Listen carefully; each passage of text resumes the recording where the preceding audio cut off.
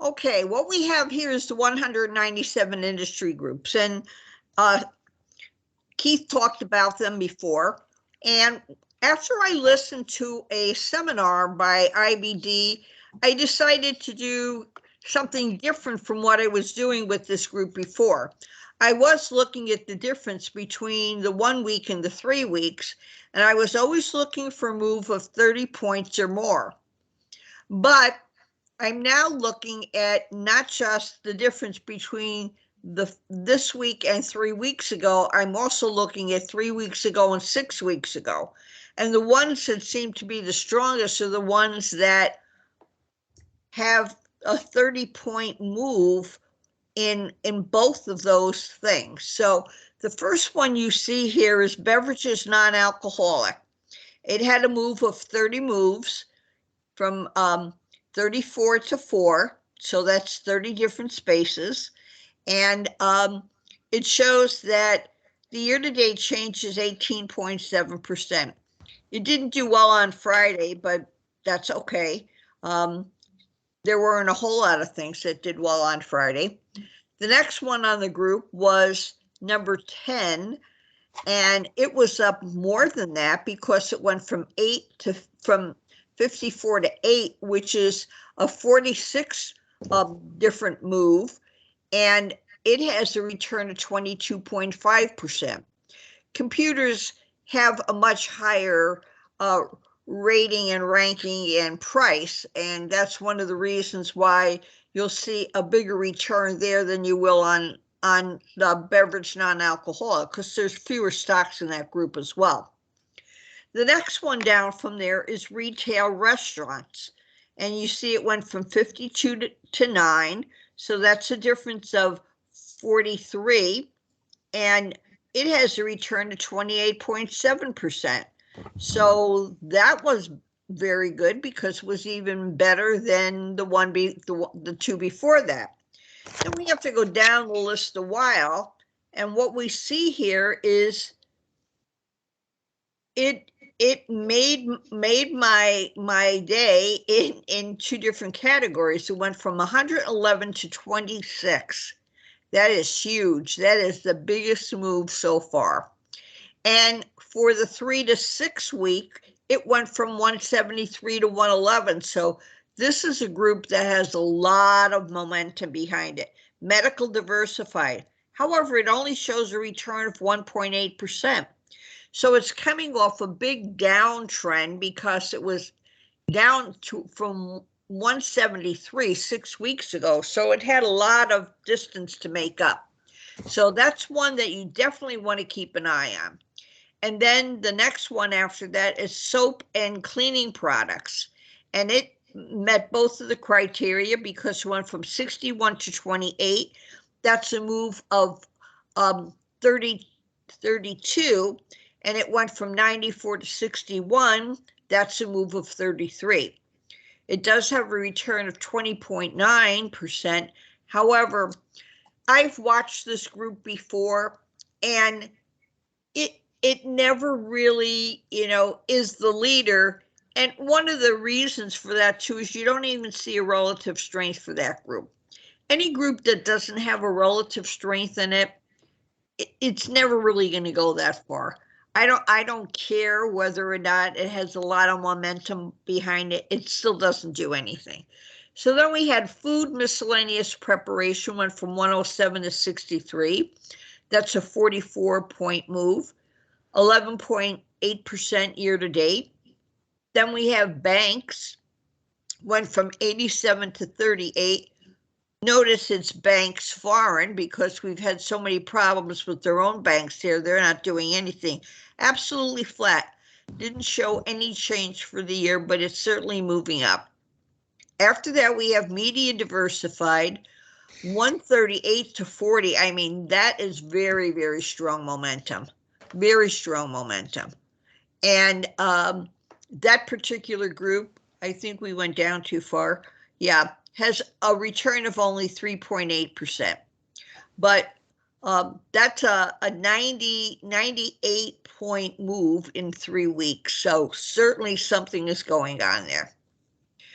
Computer software design went from 44 to 14, but then it went down to 42 again. So, you know, it's probably just pulling back before maybe it takes off again. 17% return year to date. And here's another group with a lot of momentum. Retail wholesale auto parts went from 120 to 85. That's a difference of 35. And then we went from 85 to 44, a difference of 41. So met both of my criteria, has a year-to-date return of 10%. Financial services specialties went from 82 to 37, but then down to 48. So it's probably in the sideways movement, that group, 4.4% for the year. And then here's another one that had outstanding move. Medical outpatient home care went from 133 to 97 and 97 to 47. So that was a 50-point move for the 3 weeks, and it was a 36 point move for the 6 weeks. Retail specialty, we talked about retail being a leading group, went from 66 to 32 and then down to 48. Return of 3.6. Telecom services foreign, 116 to 55. That's a 61-point move. Only it has a negative return year to date, so it hasn't seen its glory at this point in time. Then we have utility electric power, 134 to 78. That was a move of 55. And then it went down to 52, so it didn't meet my criteria for 30 places, but that's a difference of 26 places. Computer software gaming. This group has good momentum behind it. Went from 102 to 53, so that is a 49-point move, and it has a return of 8.6%. Insurance, property, casualty. They're doing better this year because there weren't as many storms and whatnot that they had to pay money for. So 121 to 79, that's a move of 42, has a return of 3.6% year to date. Packaged food, and that could be just about anything, could be Twinkies, could be something else, went from 98 to 58, so that's a move of 40 points. 4.4%. Utility diversified, 130 to 83. That is a move of 67, which is a big move, flat for the year. Insurance life, 125 to 61, has a negative return year to date. Medical wholesale drugs went from 148 to 62. It has a return of 5.1% year to date. Automobile manufacturers, every time Tesla does well, this group seems to move well, but I mean, you don't really see GM doing much. Ford isn't doing anything much, but it's mostly Tesla. And so that particular group went from 145 to 63. That's a move of 82 points, has a return of 15.4% year to date. Retail leisure products, 68 to 24, but then back down to 65. Well, it had a return of 14% year to date, not really doing anything. Food, grain, and related, 91 to 60. That was a move of 30 places, but then it pulled back a bit, and it's negative for the year. And that's basically people buying corn and other kinds of things. Insurance brokers had a nice move in both categories, 146 to 109, that's a 37-place move, and 109 to 69 is a 40-place move, up 6.1% for the year.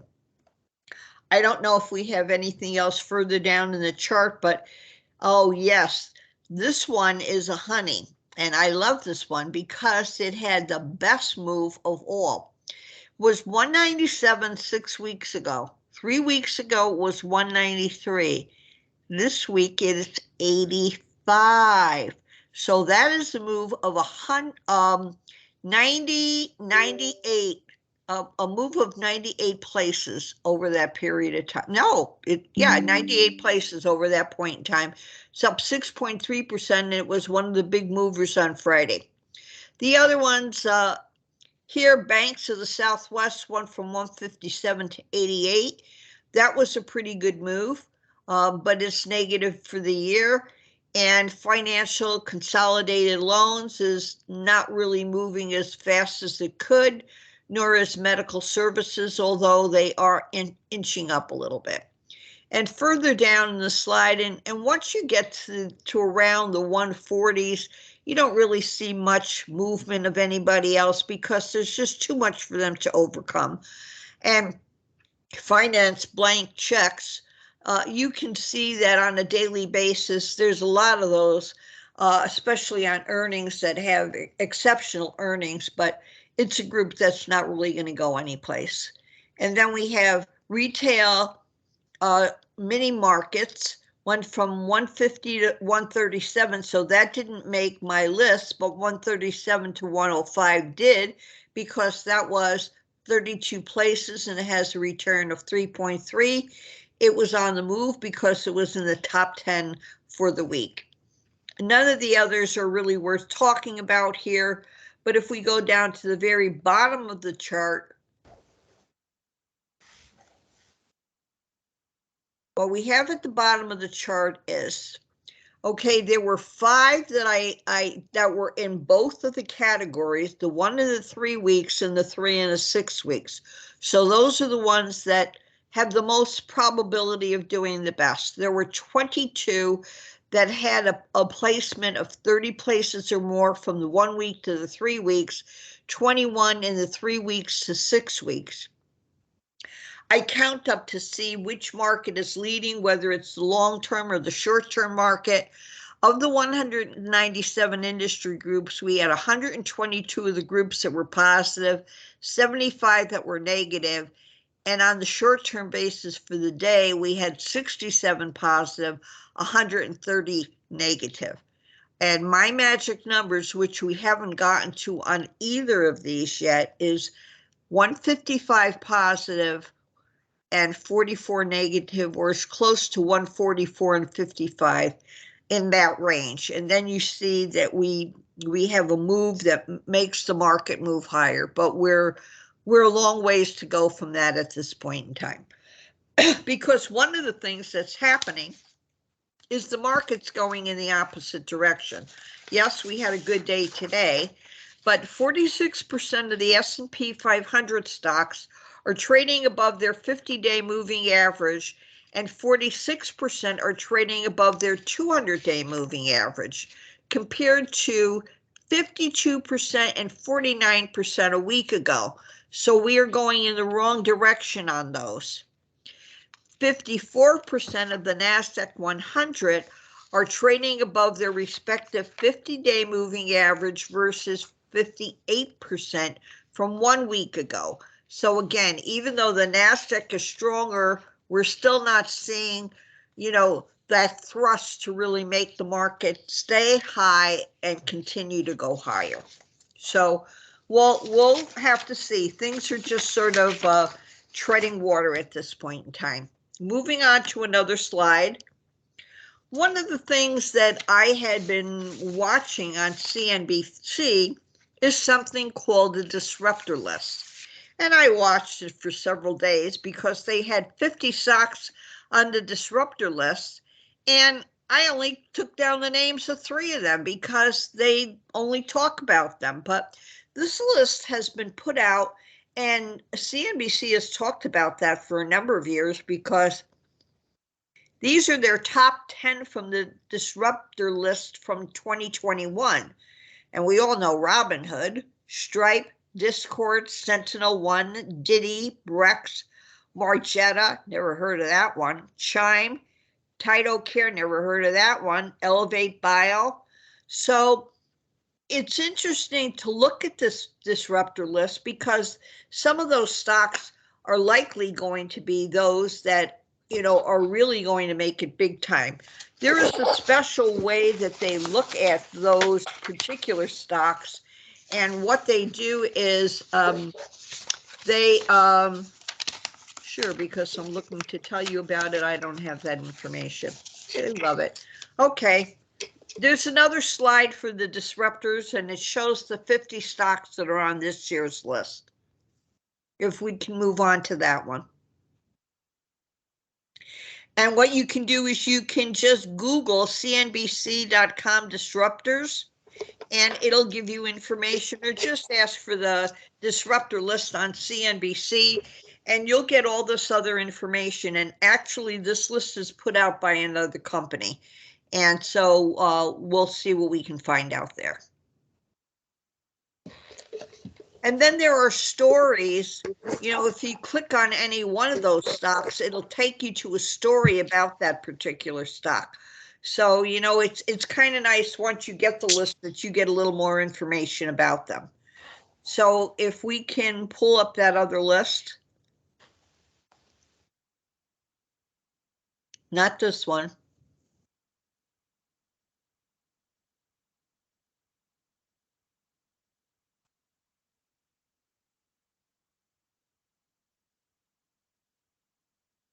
Okay. So what this has is it has the name of the particular disruptor, but it doesn't tell you what the symbol is. And when I looked to get something that had the symbols were not for this year's list. They were from another year. So number one on the list, and it's no surprise, is OpenAI. Everybody believes in the hype, you know, that AI is going to be the, you know, be all end all. And so we'll see what happens with that. Number two on the list is Brex.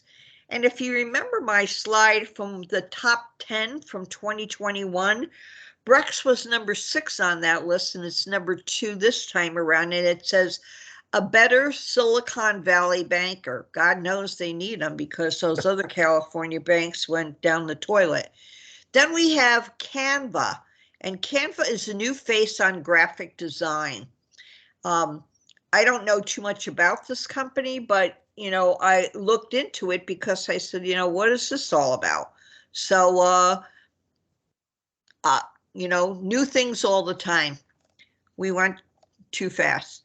Okay, then we have Relativity Space, the first 3D printed rocket takes off.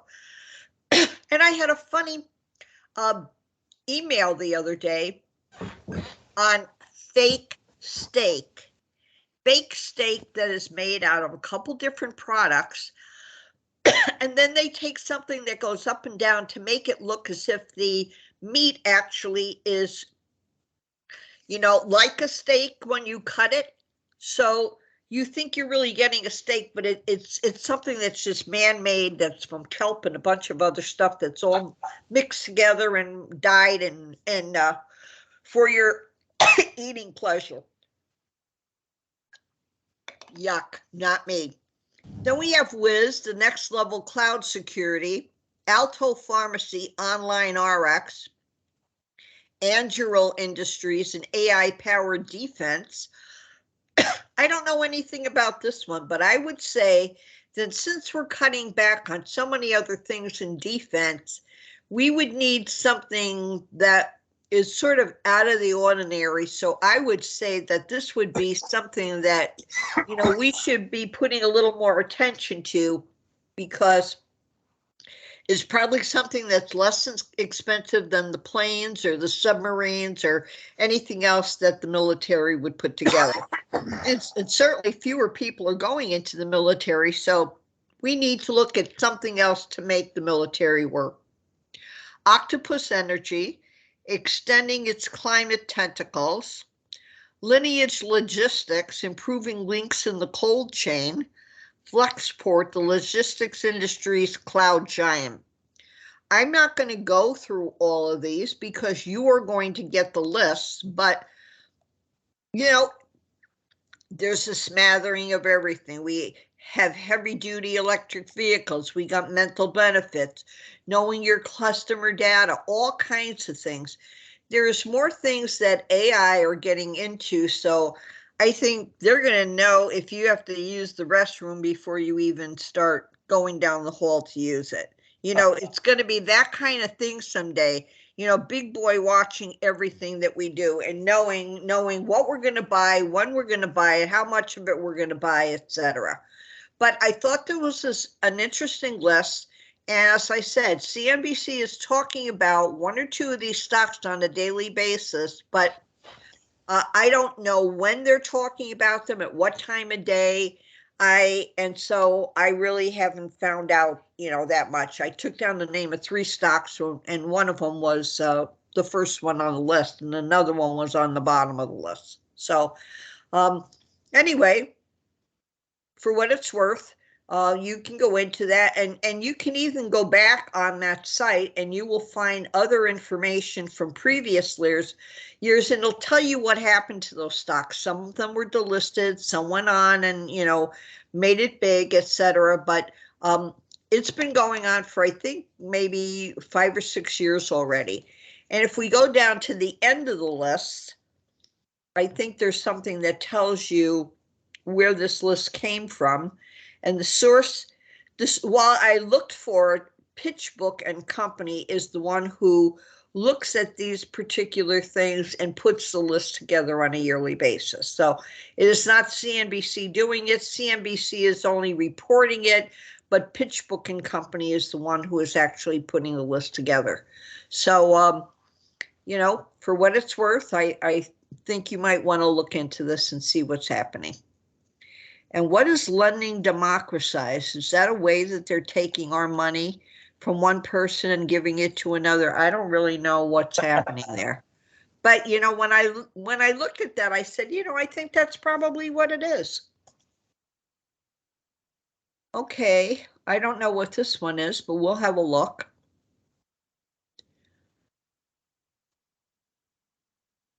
Okay. Basically, what I did was I get a service every day called Market Club. And Market Club has 50 stocks on this particular list. And it tells you which ones are the ones that are outperforming for the day, whether it's the upside or the downside. And every day the list changes. It is free. I've been getting it for a number of years. And I've been noticing that the stocks that are in the $4 range are the ones that have the biggest moves. So what I'm trying to do now is to make a list of those particular stocks that had the biggest moves. And then what I'm going to do with that information is pull up the charts on those and try to find out how many days before it had the big move, it started to make the move. So you can see here that IMGN, Imogen Incorporated, had a percentage move of 145.59% in one day. In one day. That's mammoth. Okay. I think I would be able to take a small portion of my portfolio and play 1 or 2 of these and hold them for a day or two, take the profits and go. So, you'll see here's one that has 49.54%. Here's some from another day. And this was not a good day in the market. So, and you can see Eli Lilly was on that list, but Eli Lilly only had a return of 4.22%. So see what the contrast is between them? Would you rather make 94% on a $4 stock than make a 4% move on a $415 stock? You certainly have less money at risk in the one. So this day, the best move was 30%, and that was on the NASDAQ stock MAXN, Maxion Solar. And one of the reasons that the solar stocks are taking off is because of what the government's doing in terms of reimbursing people for using solar in their homes. They just renewed that the other day, and many of the solar stocks took off in relationship to that. So then here's some from Friday. And on Friday, we had GSI Technologies, had a return of 215.24% for the day. It opened at $1.74. Last was 517, a difference of $3.53. We had a 79.42% move on SPRY, a 26.5% move on First Solar, which was a $200 stock. Okay, so here's Maxcon Solar doing 30%, and here's First Solar doing 26%, but one is a stock that's $36 and the other is a stock that's $203. I mean, it's a big difference. And then Bluebird Company had a return of 36.13%. So I just started to take these down. I mean, I was taking notice of them and then just deleting the file, but now I'm going to just copy down the ones that had a return of 30% or greater. And on a day that it's a really big day, I'm going to look for the ones that, I had 50 to 100% moves. But I will report back on this at another time because I think it's well worth looking into. And you can get this newsletter for free. And there should be another slide that tells you how you get the newsletter for free. And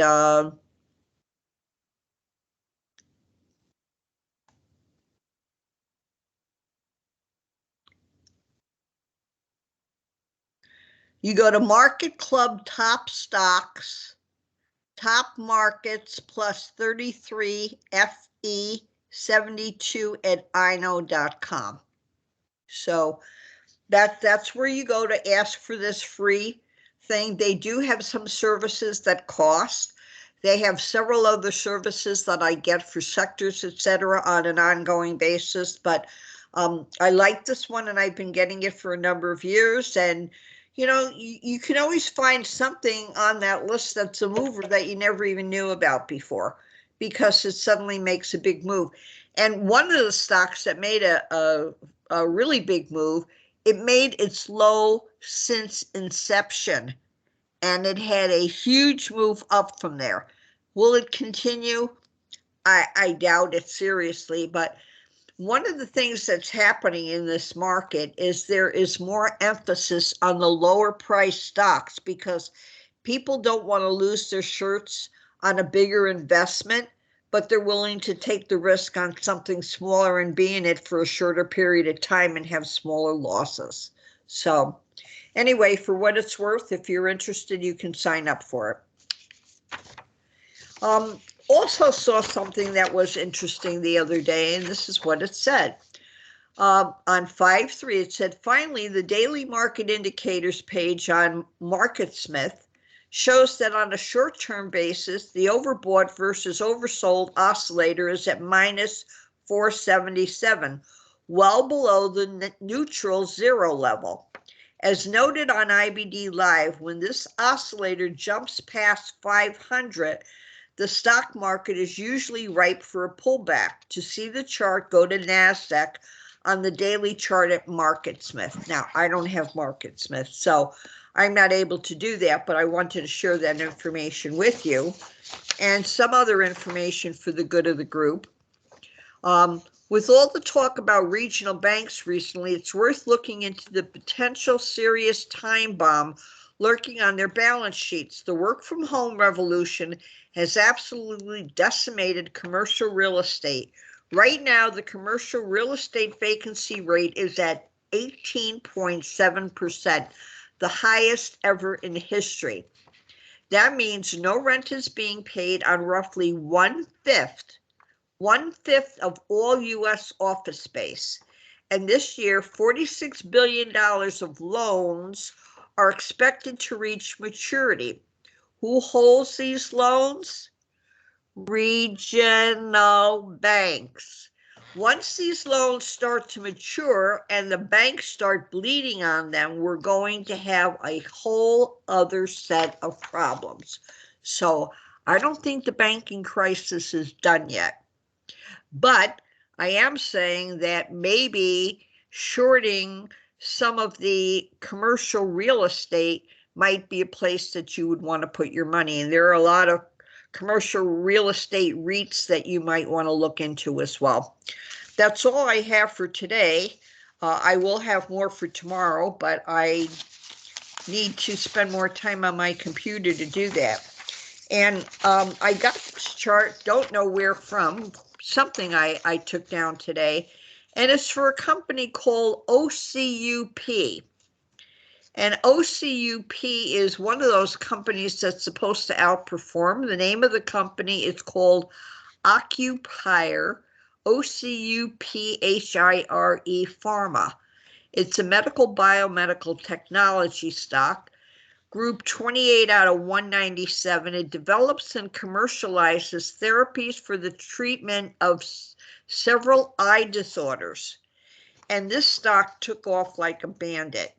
I mean, it was a $2 stock back in August of last year. Actually, it was down to $1.76 in June, $1.81 in August. It went up to 280, came back down, and went up to 350 and came back down, went up to 392, went sideways for a while, took off like around the 5th or so of April. And at that point in time, it was 385 a share. It is now 517. It did have a pullback on the last move here, but there are more blue bars than red, and certainly one that you might want to look into. And the relative strength on this is 99. Have not heard of this stock before. It's made money last year after losing money for several years. And this year it's expected to lose money, and it's expected to lose money next year as well. But accumulation distribution is an A+, SMR is B, group relative strength is A, timeliness is a C, and the PE ratio is 8, and 8% of the stock is owned by funds. So look into OCUP. That's all for now. Thank you.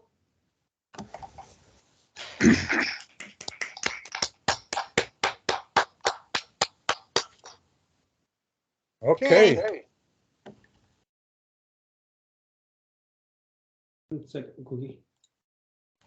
I get so many things during the day that if I don't